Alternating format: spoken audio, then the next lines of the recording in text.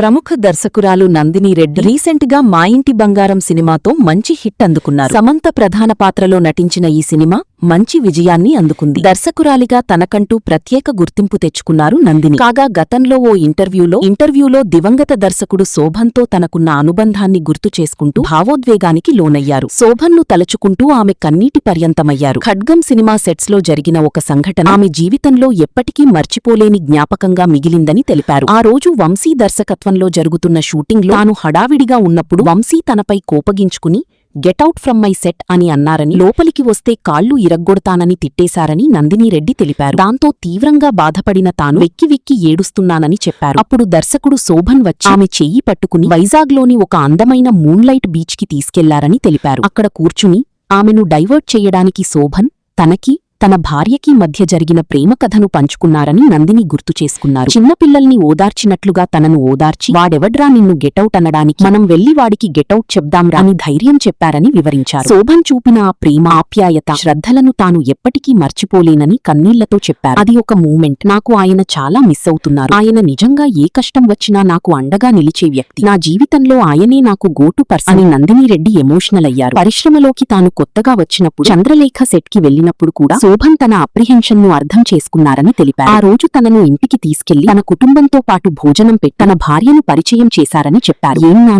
నాన్న అంటూ తనను తన రెక్కల కిందకు తీసుకుని ఎంతో ప్రేమ, ఆప్యాయత, శ్రద్ధలను అందించేవారని నందిని తెలిపారు. శోభన్ ఒక అద్భుతమైన మానవతావాది అని, ఆయన ఇంకా బతికి ఉంటే ఎంతో మంది జీవితాలకు సహాయం చేసేవారని నందిని అన్నారు. ఆయన మరణించినప్పుడు తన కుటుంబ సభ్యుల్లో ఒకరిని కోల్పోయినట్టు బాధ కలిగిందని, ఆ సమయంలో ఆ నిజాన్ని అంగీకరించడం చాలా కష్టమైందని చెప్పారు. జీవితం ముందుకు సాగినా ఇప్పుడు శోభన్ కుమారుడు సంతోష్ హీరోగా ఎదిగినప్పుడు తాను అతనిని చూసిన ప్రతిసారీ శోభన్ గుర్తుకొస్తారని నందిని రెడ్డి తెలిపారు.